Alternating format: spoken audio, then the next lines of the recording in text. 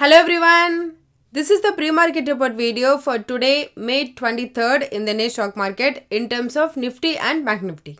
Yesterday, Nifty opened flat, but within 45 minutes, it added over 85 points and throughout the day, it maintained that positivity.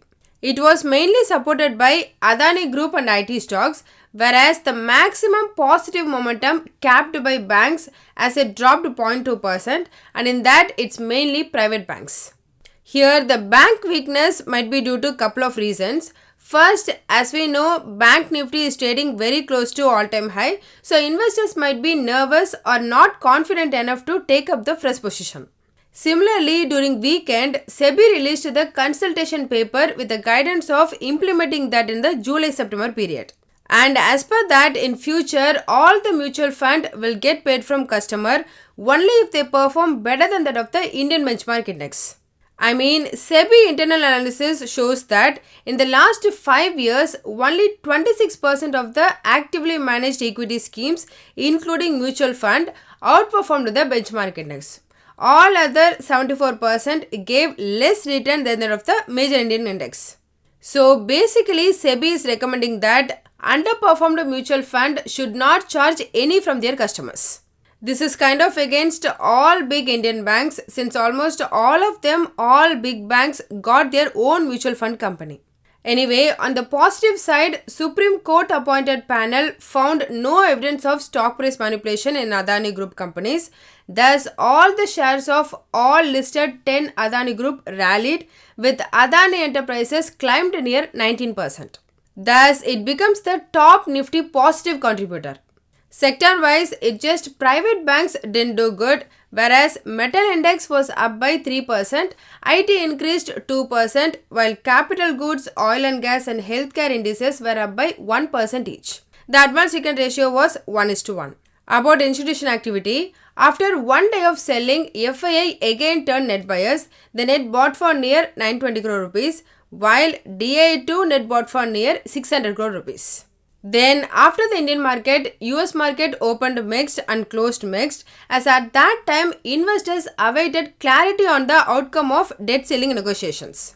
Since US President Biden was expected to meet with House Speaker Kevin McCarthy around 5:30 p.m. Eastern Time, and even now at the time of this video, it's early morning Indian time, the meeting is not yet complete.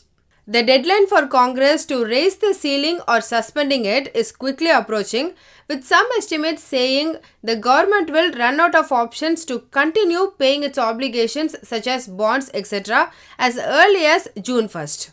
As I said yesterday, defaulting could create chaos in financial markets. On top of this confusion, two FOMC members delivered their own view about interest rate hike in two different interviews. First, St. Louis Fed President James Bullard said that he foresees 2 more rate increases this year, while another FOMC member, Neil Kashkari, expressed his support for a pause in June. It's just too much same confusion and uncertainty. Anyway, another important parameter, PCE inflation for April month is due on coming Friday. As we discussed most of the time, this is one of the important preferred gauge for Fed chairman and FOMC members to take the interest rate decision. So at least this value will give some certain direction about the interest rate hike. At the end, Dow Jones lost 0.42%, S&P 500 closed near flat and Nasdaq up by 0.5%, whereas VIX slightly increased over 1% and moved above 17. In terms of oil, it too slightly increased around 0.5%. At the time of this video, WTI crude oil was trading near $72 per barrel and Brent crude oil was trading near $76 per barrel. Coming to Indian areas, both IT stocks closed more positive, over 2.5% in US market compared to 1.75% increase in Indian market. Whereas in case of banks, there too it's slightly more positive than that of Indian market. Regarding Asia's Nifty, at 3 am Indian Standard Time, it closed near 18,365, which means it's indicating flat to positive 30-40 points gap up opening. So this is what happened in global market. Now let's move to the India related info. Yesterday in the aftermarket hours, Telecom Authority and Regulation of India (TRAI) released the March month subscription report. If anyone fancy reading the report, I'll attach the link in the description below. And as per that, Reliance Jio added new 30.5 lakhs mobile subscribers and its subscriber count now exceeded 43 crores. In case of Airtel, they added 10 lakh new customers, whereas Vodafone Idea lost 12 lakh customers. Then in another info, Indian government reduced its subsidiary incentives on electric two-wheelers from 40% to just 15%. This will be effective from June 1st, 2023. So this is not good for two-wheeler company, especially the one which got electric vehicle market share. Moving on, similarly, yesterday RBI released 194-page country's economic bulletin. Again, if anyone fancy reading it, I'll attach the link in the description below. Please have a look, it got lots of interesting details. One of that is this gold chart. Here, please have a look. As per RBI, they are predicting gold price to increase from $2,000 per ounce to $2,200 per ounce in December 2024.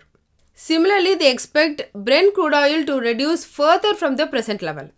And as a whole summary, this bulletin explains that India's growth in the first quarter FY24 is expected to be driven by private consumption, supported by rural demand and better manufacturing growth as the easing of input cost pressure. All this is very positive for FMCG and consumer durables. Might be that's the reason ITC increased significantly yesterday. Anyway, as an overall summary, still US got this both debt ceiling and interest rate uncertainty. So the global momentum is indecisive. However, Indian areas were more positive than Indian market and Nifty indicating the gap up opening of plus 30 to 40 points. Let's see. About the things to look out, JSW Energy, Amara Raja Batteries, Ashok Leyland, Bajaj Electricals, NMDC and TTK Healthcare are some of the major Indian companies' earnings results are scheduled to release today. In terms of macro, as I said, anytime today from now onwards, we might get some update on debt ceiling issue from Biden-McCarthy meeting. It can be positive as well as negative. Mostly, I guess, positive. And during our market hours, between 12:30 to 2:30 pm, various European countries' individual and whole Euro area PMI data is due. Then in the aftermarket hours, first number of new building permits in US and then various US PMI data is due. Just for info, yesterday Chinese Central Bank kept their interest rate unchanged at 3.65%.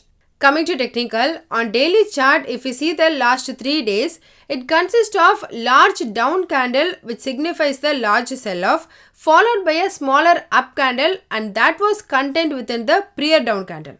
And then another up candle that closed above the close of the second candle. Thus, Nifty forms the 3 inside up pattern formation. Here, the second candle indicates the trend reversal and the third candle completes a bullish reversal. Basically, Nifty nullified last week's 4 consecutive lower highs and lower lows formation, which means as per candlestick analysis, market back to its positive momentum. However, we can also say Nifty has completed one leg of a pullback rally as the daily momentum indicator has a negative crossover which is a sell signal and suggests that there could be a consolidation. Hence, considering the momentum, if Nifty sustains 18,300 mark, then 18,400 to 18,500 are the next levels to watch. Also, just be aware, at present, Fibonacci retracement level is at 18,350 to 18,375. So, there are back-to-back different hurdle in the upside. Then, in terms of Bank Nifty, it opened flat but failed to hold 44,000 and also it drifted towards 43,700. There were some recovery but it relatively underperformed. Thus, on the daily chart, it forms the small red candle with a long lower shadow and short upper shadow as the buying was visible at lower zones, while similar to Nifty, multiple hurdles are intact at higher levels.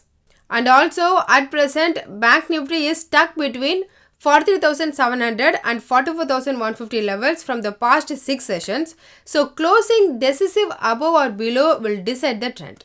At present, it's very indecisive. In terms of moving average and technical indicator summary, in daily chart, both Nifty and Bank Nifty moves above all the moving averages, thus both now a strong buy signal. Moving on, for Nifty, based on change in open interest, significant call options were unwound at below 18,200 and at the same place 18,200, new maximum put options were added. Thus, 18,200 is the immediate support to look out. Similarly, if you see the overall options open interest data, 18,000 is the next nearby maximum put option open interest after 18,200. So, 18,000 is the support to look out for the expiry. On the higher side, 18,300 got the significant short straddle. Then 18,500 got maximum call option open interest and followed by 18,400. Thus, 18,400 is the immediate resistance and 18,500 is the strong resistance. In case of Bank Nifty, from overall options open interest data, there is no change in story compared to last Friday. 44,000 got the huge short straddle, then 43,000 got the maximum nearby put option open interest followed by 43,500. Hence, 43,500 is the immediate support and 43,000 is the strong support for the expiry. Whereas, 44,500 is the resistance to break. So that's all in this video. Hope you all got some useful information. Please consider subscribing to the channel and liking the video so it will help me build the algorithm. It will also motivate me to do more. Please don't make any investment decision based on this as I am not a SEBI registered advisor. I am doing it for my and viewers' educational purpose only. Thanks for watching.